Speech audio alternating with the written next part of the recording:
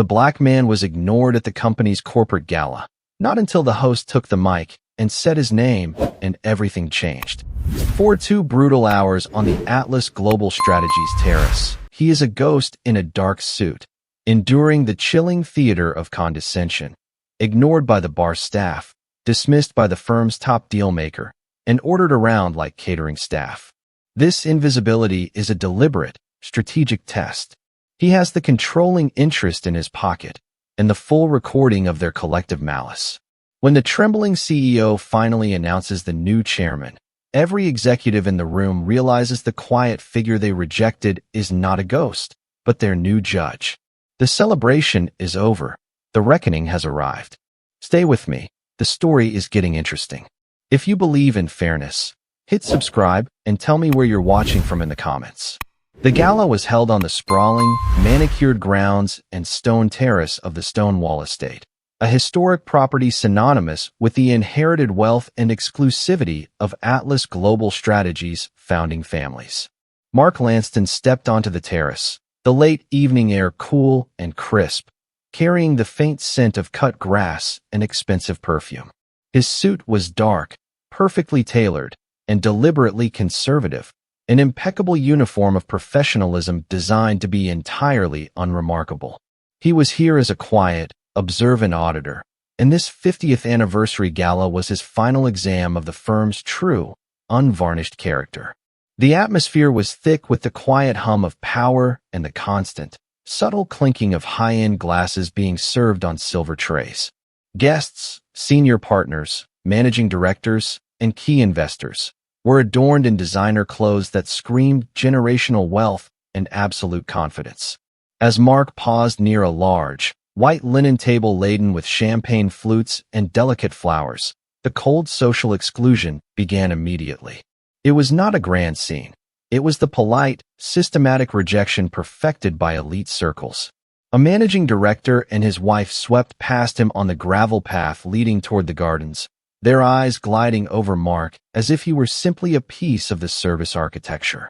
Moments later, Arthur Sterling, a powerful senior partner whose aggressive profile was featured everywhere from the corporate annual report to financial magazines, strode by the edge of the terrace. Sterling was deep in conversation on his phone, but he deliberately maneuvered his path around Mark without the slightest acknowledgement. It was the calculated movement of a man who believed the space he occupied was inherently more important than anyone else's. Mark logged the intentional snub, registering the contempt. He attempted to join a group near a stone fountain where executives were animatedly discussing the firm's financial future. As he approached, the laughter and conversation didn't stop, but the circle subtly and unanimously tightened, closing him out. The men looked everywhere but at him, their expressions polite but utterly vacant, unwilling to share their social currency. Mark gave a slight, acknowledging nod and moved on, confirming the immediate truth. The firm's social structure was a guarded club where status dictated entry, not the financial reality he held in his pocket. He tried to find a chair near the central gathering, but an event organizer approached quickly and politely informed him that the area was strictly reserved for the founding family members, despite the complete lack of reservation markers. The lie was transparent, but the message was clear and final. Mark finally settled into an isolated chair near a large, blue outdoor umbrella at the perimeter of the lawn, a place where the main flow of guests avoided him. The isolation was now complete. He was systematically avoided by every faction, his presence registering only as an anomaly to be ignored, confirming his worst suspicions about the company's deeply flawed, classist culture. Mark settled into his isolated chair near the perimeter of the lawn, the scent of expensive cigars and the murmur of self-congratulatory chatter serving as background noise. He had been here almost an hour, and the data was overwhelming. The firm's elite had failed the simplest test of human decency. Now, the thirst was becoming unavoidable, a minor physiological inconvenience he decided to use for one final, unambiguous cultural test. He stood and walked back toward the main service area on the terrace. 2 dedicated bartenders stood behind a long, temporary bar, focused on serving the immediate circle of power. Mark approached an open spot. He stood patiently for several minutes, his gaze fixed directly on the staff. The bartenders were professionals, masters of their craft, but they were also masters of the polite bypass. They meticulously served a younger couple discussing crypto investments, then filled an order for senior partner Arthur Sterling without even a glance in Mark's direction. Their eyes would track across the room, acknowledge signals from known executives, and sweep past Mark as if he were simply a piece of poorly placed event furniture. It was systematic, deliberate rejection, not an accident of poor service. As the bar finally cleared slightly, Mark saw his opportunity and raised a hand in a clear request for service. That was the moment Brett Miller, the young, eager junior manager, approached from the side, armed with a clip of replacement silverware. Miller's eyes were fixed on the central figures of the gala, his ambition radiating off him like heat. He didn't see a customer. He saw an irregularity. "Excuse me," Miller said, his tone instantly slipping into a low, slightly patronizing voice that assumed absolute servitude. He didn't even wait for Mark to speak. "Are you with catering? I need someone to clear the last of the hors d'oeuvres trays by the South Arbor. They're getting stale, and Mr. Vance hates stale service." He paused, then added with a forced sigh, "And you need to get me some replacement napkins for table 8. Hurry it up, please." The request was an explicit command, a perfect summary of the contempt held for anyone who lacked the visual cues of wealth. Mark, whose quiet suit and lack of boisterous mingling had rendered him invisible, was instantly relegated to staff. He met Miller's eyes, not with protest or anger, but with an unnerving, complete lack of reaction. The silence was his weapon. "The South Arbor, you said," Mark confirmed, his voice smooth and neutral, offering neither correction nor objection. "Yes. And table 8, napkins." "Don't wander," Miller instructed, his attention already elsewhere, dismissing Mark as a solved problem and turning away to chase down a partner he actually recognized.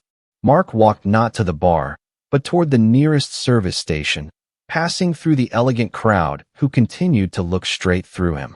He located a neatly folded stack of napkins, perfectly clean, perfectly white, and took a small bundle. He then walked toward the South Arbor, placing the napkins precisely on the edge of the designated table. He did not clear the trays. He did not fetch a drink.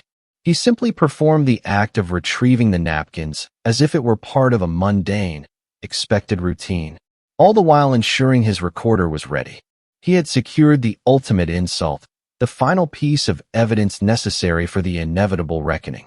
The humiliation was not his to bear. It was the indictment of every executive who had systematically ignored him. The test was over. Mark retreated from the South Arbor, the small bundle of napkins still in his hand, leaving them on the nearest service cart. He had secured the definitive proof. The firm's contempt for those perceived as having low status was not just reserved for the upper echelons, but was a foundational rule of conduct for the entire management structure. The test was over, and the failure was comprehensive. He sought out a quiet space, moving along the perimeter wall of the grand house toward a secondary, darker corner of the terrace, away from the flow of the main party. The constant, arrogant chatter of the executives faded slightly, replaced by the distant murmur of the live quartet. This was his last moment of anonymity before the financial reality he controlled crashed the party. He pulled his phone from his inside suit pocket, not to check the time, but to review the documents that granted him absolute, unquestionable authority over Atlas Global Strategies. He located the secured folder, his thumbprint unlocking the latest file. The message from his lead counsel, Alara Desai, was direct and final. Closing documents executed 2030 Eastern Standard Time. Acquisition complete. Controlling interest is yours, Chairman. This was the inciting incident. It wasn't the CEO's speech or the arrival of a special guest. It was the silent confirmation of financial and legal reality in his hand. The goal of the night had shifted from collecting evidence of ethical failure to announcing the immediate consequences of that failure. He mentally reviewed the night's data points: Sterling's intentional snub, the bartender's deliberate avoidance, and Brett Miller's ultimate insult. realizing the rot was far deeper than his initial acquisition assessment had indicated. He had been planning a gradual restructuring. Now, he knew it required a surgical, immediate purge. To capture the final, critical moments and the panicked reactions of the executives, Mark needed the recording to be active during the announcement. He discreetly opened his phone's recording application and activated the high-quality microphone. Internal log, Gala audit, 2105, he murmured, his voice barely audible above the ambient noise. Controlling interest confirmed. Ethical failure confirmed. Proceeding to execution phase. Securing audio data for final public reactions. He ended the log entry and tucked the phone back into his pocket, the device now a live wire, collecting the evidence of the executives' coming panic. The test was over. The game had shifted. He was no longer a subject of their contempt. He was the executioner, and he was ready to step out of the shadows. He walked toward the central lawn where CEO Gregory Vance was preparing to address the crowd. Mark moved toward the central lawn where the main group of executives had begun to coalesce around a small, temporary podium. CEO Gregory Vance was minutes away from making his anniversary address, a speech Mark knew would contain the fatal, public announcement of the firm's future. The phone in his pocket was now a silent witness, recording everything. He paused near a large presentation screen that had been set up to display the Atlas Global Strategies logo and a stylized 50th anniversary banner.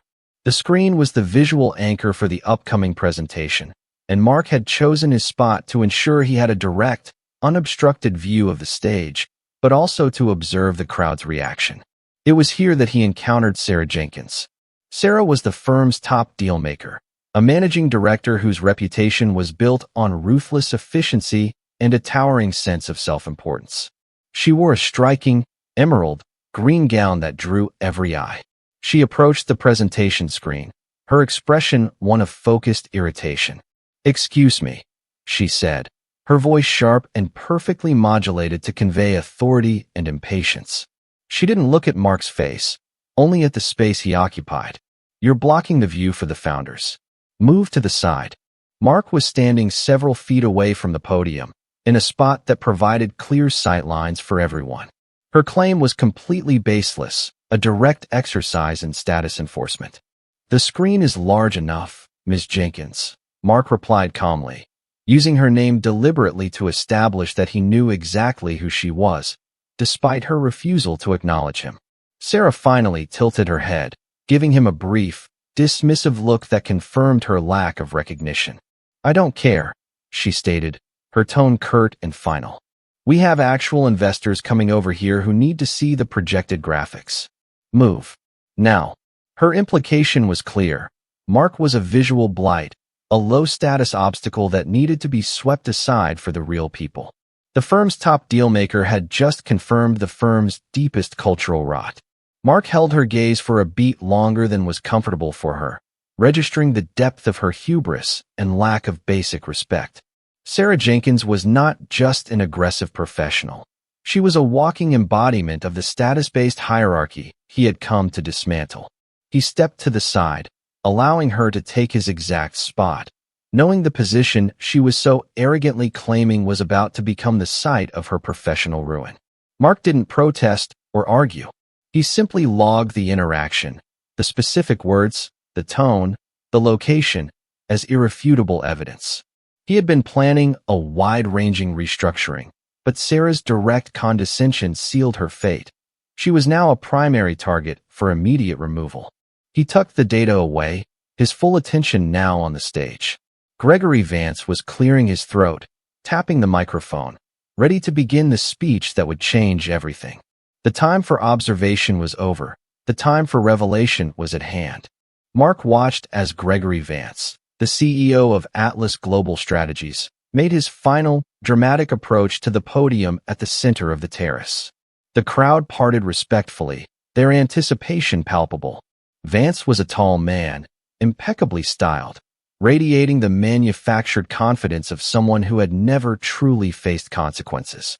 He tapped the microphone twice, and the background music faded, leaving only the sound of his clear, authoritative voice. "Welcome, everyone. 50 years. 50 years of integrity, 50 years of leadership, 50 years of family, Vance announced, his voice booming slightly over the lawn. Mark stood on the periphery, the silent, invisible witness, his phone recording every single word. The hypocrisy of Vance's rhetoric was immediate and nauseating. Integrity, Mark thought, recalling Arthur Sterling's cold snub. Leadership? He pictured Brett Miller ordering him around like a servant. Family? The word felt like a deliberate, cruel joke in a room that had treated him with systematic contempt. Vance launched into a performative speech about the firm's core values. He spoke of respect for every partner and every member of the Atlas team, pausing for a ripple of applause. He praised the firm's commitment to ethical growth and transparent opportunity, his smile wide and practiced. He thanked the dedicated staff for their tireless efforts to uphold the firm's standards, ensuring that every child of the Atlas family knows they have a place here. Mark registered every false note. Vance's words were meticulously chosen, designed to create a glossy, impenetrable facade. Yet, Mark knew the truth. These were not the firm's values, they were its lies. Vance was celebrating a culture of exclusion that Mark himself had just endured. Every sentence the CEO delivered, every grand claim of respect and transparency, served only to confirm how catastrophically the executives, including Vance himself, had failed the culture audit. Vance then shifted gears, his voice rising in dramatic anticipation. But 50 years is not a finish line, is it? It is a launching pad. Tonight, we announce the most exciting chapter in Atlas history, a new partnership secured by a majority investment that will catapult us into a century of unprecedented global influence. The crowd buzzed with excitement, eyes scanning the area where the new, anonymous partner was expected to appear. Vance paused for maximum effect, his face alight with self-importance, oblivious to the fact that the man who now owned his company was standing quietly within the shadows, ready to bring his entire performance crashing down. Mark felt the subtle weight of the phone in his pocket. It had captured the CEO's lie in perfect fidelity, setting the stage for the truth. Vance's voice, full of manufactured excitement, reached its crescendo. And now, the moment you've all been waiting for. This strategic alliance, this investment, is not just capital, it is vision. It comes from a singular mind, a leader whose brilliance we have tracked for years. He will not only secure our next 50 years, but will serve as our incoming chairman. Vance paused dramatically, smiling and scanning the crowd, allowing the anticipation to build. The executives around the podium buzzed with nervous energy, desperate to see who this mysterious savior was. Mark remained near the presentation screen, observing the reaction. His eyes met those of Arthur Sterling, the senior partner who had failed to acknowledge him hours earlier. Sterling's expression, previously arrogant, now shifted, not to recognition of Mark the man, but recognition of Mark the image. Sterling had seen that face before, not in the low-status periphery of a party, but in the high-resolution pages of a financial journal, likely Forbes or the Wall Street Journal, discussing disruptive venture capital and hostile takeovers. The casual suit, the calm, unreadable face, it clicked with a terrifying sense of dread. Sterling's eyes widened slightly, the realization hitting him like a physical blow. He didn't connect the face to the partygoer. He connected it to the monumental threat. He turned instantly to his colleague, George Dixon, and whispered with frantic urgency, his practiced corporate calm shattering. "George, look. That's him. The Lanston Group. That's Mark Lanston. What the hell is he doing here?" Dixon, caught up in the mass speculation, didn't immediately register Sterling's panic. "Who? The new chairman? He's about to walk out." "No, idiot. That man. In the dark suit. He's the one who bought out Global Tech last quarter." Sterling hissed, pointing subtly with his chin. The executives realized that the dramatic, unknown player was about to be revealed, and their desperation mounted.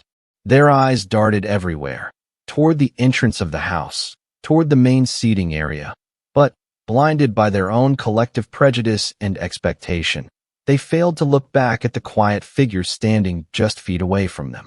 They were searching for a corporate titan in an expensive tuxedo, someone surrounded by security, not the man they had all treated like catering staff. The tension was now at its breaking point. Vance was about to speak the name, and the entire power dynamic of Atlas Global Strategies was about to flip with catastrophic speed. Vance stood at the podium, bathed in the soft spotlights of the terrace, his smile freezing in place as he prepared to deliver the name. The entire crowd was silent, all eyes focused on the CEO, expecting a dramatic flourish toward the main entrance. Arthur Sterling and George Dixon, standing near the presentation screen, were paralyzed, Sterling desperately trying to reconcile the figure of the catering staff with the name of the venture capital titan who had recently made global headlines. Vance cleared his throat one last time, his voice now imbued with a sense of momentous occasion. I would like to recognize the person who will be ushering in this new era of Atlas Global Strategies.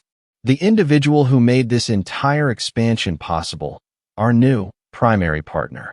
He paused, lifting his hand as if to direct attention. Instead of directing attention toward the house, he suddenly swiveled and gestured to the side of the stage, toward the area near the presentation screen. Mark Lanston. The sound of the name hitting the crisp evening air was an audible shockwave. The room froze. Glasses stopped halfway to lips. Every head snapped around, not toward the house, but toward the man in the simple dark suit who had been standing there all along. The crowd instinctively parted, creating a path through the sea of expensive attire. Mark Lanston stepped forward, his expression utterly serene, walking with the quiet, unhurried confidence of a man who held all the cards. He walked directly toward the stage, passing through the gap that had just been occupied by the stunned executives. Gregory Vance was utterly blindsided. His face, moments ago radiant with self-importance, was now a mask of confusion and terror. He stammered, his practiced flow shattering. Mr. Lanston, I didn't see you earlier." He frantically tried to regain control, forced to finish the announcement he had unwittingly delivered to the very man he had overlooked. "Our new majority shareholder and incoming chairman." The whispers erupted immediately, sharp and violent, cutting through the silence. Faces drained of color, particularly in the vicinity of the presentation screen. Sarah Jenkins, who had curtly demanded Mark move because he was blocking the view for real investors, looked physically ill. Arthur Sterling gaped, the terrifying realization clicking. The man he had snubbed hours ago was the financial entity who now controlled his entire professional existence. The man Brett Miller had mistaken for catering was now their boss. The smiles vanished instantly, replaced by a devastating cocktail of dread, disbelief, and sickening panic. The game was truly over. Mark reached the podium, his presence instantly eclipsing the shell-shocked CEO. Mark calmly approached the podium, accepting the microphone from the shell-shocked Gregory Vance, whose face was now slick with cold sweat. Vance stood there, frozen, unable to step away or speak. The noise level in the crowd had exploded into a furious, panicked scramble of whispers and gasps. The realization had turned the celebration into a funeral. Executives began surging forward, a wave of expensive fabric and desperate apology. Arthur Sterling, the senior partner who had walked right through Mark earlier, was already halfway across the terrace, his voice a frantic hiss of "Mr. Lanston, I sincerely apologize. There has been a terrible misunderstanding." Sarah Jenkins, her emerald gown now looking less regal and more ridiculous, stood transfixed near the presentation screen, her hand clamped over her mouth as if trying to keep the bile down. Mark ignored them all. He adjusted the microphone slightly, letting the small movement of his hand silence the chaotic noise far more effectively than any shout. The entire crowd fell into an immediate, profound silence, hanging on the words of the man they had treated like a ghost. Mark did not bother with pleasantries or formal introductions. He looked directly out at the sea of terrified faces, his gaze settling briefly on Sterling, then on Jenkins, and finally on the pale, trembling figure of Brett Miller standing near the bar. His voice, amplified by the speakers, was calm, measured, and devastatingly cold. I have spent the last hour and a half at your company's golden anniversary celebration. I have watched you. I have listened to you. And I have endured the culture you have created here. He paused, letting the word endured land like a physical blow. I was snubbed. I was refused service. I was mistaken for catering staff and given orders by a junior manager. His voice hardened only slightly as he delivered the final, chilling verdict. How you treat people when you think they have nothing to offer tells me everything about how you run this company. The condemnation was absolute. Sterling flinched as if struck. Jenkins's eyes squeezed shut in realization. Mark wasted no time on further rhetoric. Effective immediately, the results of my observation are final. Mr. Vance, Mark said, turning slightly to address the trembling CEO, your role as Chief Executive Officer of Atlas Global Strategies ends tonight. Your resignation is accepted. Vance began to sputter a frantic protest, but Mark cut him off with a single, sharp look. The board received my final communication 20 minutes ago, Mr. Vance. They are fully aware of the change in ownership and the immediate necessity for ethical restructuring. Your access codes have already been disabled. Within seconds, two large, discreet men, Vance's personal, contracted security detail, materialized from the edge of the crowd. They approached Vance and, with professional speed, placed a hand on his back, subtly guiding him away from the podium and toward a side exit of the estate. The irony was palpable. The CEO was being escorted out of his own gala by his own hired protection. As Vance was led away, Mark continued, his voice ringing across the lawn. The entire management structure responsible for this systemic cultural failure will be placed under immediate review. Arthur Sterling and Sarah Jenkins, your positions are terminated, effective now. Your offices are being secured. The crowd reeled. This wasn't a hostile takeover. It was an execution. Brett Miller, the junior manager, saw his opportunity dissolving. He broke away from the bar and ran forward, reaching the edge of the stage. His confidence had evaporated, replaced by genuine, panicked fear. Mr. Lanston, sir, I am so sorry. I didn't know who you were. It was just a misunderstanding, I promise. I was trying to. Mark simply looked down at him. It was a cold, direct stare that stopped the young man mid-sentence. Mark didn't use the microphone. He simply spoke to Miller in a low, resonant voice that carried no emotion but absolute finality. The test wasn't about knowing who I was, Mr. Miller. The test was about who you were. You failed. He turned his back on the disgraced junior manager. The purge had begun, not with aggressive financial moves or legal maneuvering, but with the quiet, devastating power of truth and consequence. 6 weeks later, the chaos of the anniversary gala felt like a distant, embarrassing memory, but its consequences were the new reality of Atlas Global Strategies. Mark Lanston sat at the head of the firm, not in Gregory Vance's old, overly ornate office, but in a stripped-down, modern space on the top floor, an office that projected focus, not excess. The financial press had a field day. Headlines screamed about the Gala massacre and the velvet rope purge. News outlets confirmed the facts. CEO Gregory Vance was out, followed quickly by the disgraced Arthur Sterling and Sarah Jenkins. Sterling and Jenkins had been terminated for cause, their severance packages nullified due to evidence of systemic, exclusionary behavior that violated the company's existing, though unenforced, code of conduct. Evidence Mark's discreet recording had sealed. The internal restructuring was brutal and decisive.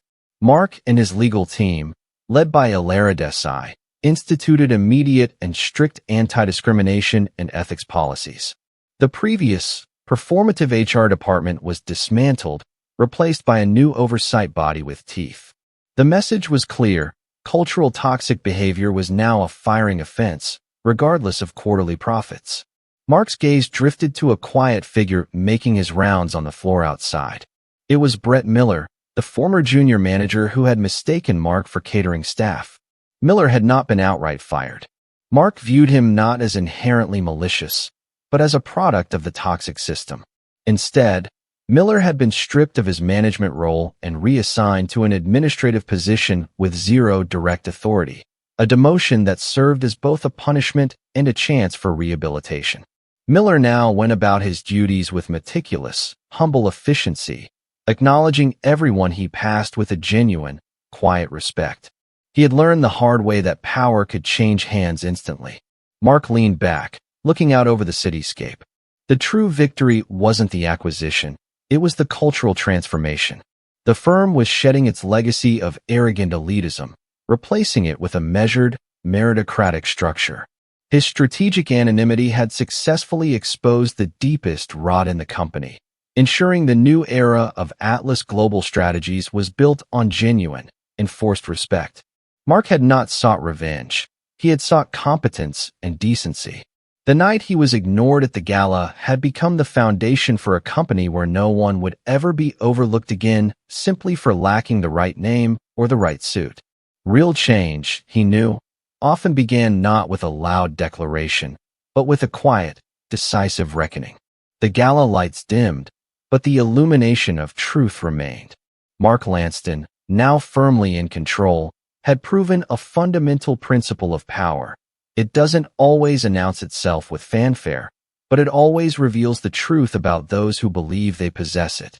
The shame of the previous night quickly solidified into the firm's new, non-negotiable standard of behavior. Atlas Global Strategies did not just get a new chairman. It got a new moral code, forged in the heat of humiliation and delivered with cold, surgical precision. The lesson was clear. The quiet observer often holds the most powerful secret, and the true measure of a person or a company is how they treat the one they think has nothing to offer. If you believe that strategic patience can dismantle arrogance, and that true power lies in silent observation, hit that subscribe button now. Don't miss our next story of quiet revenge and corporate revolution.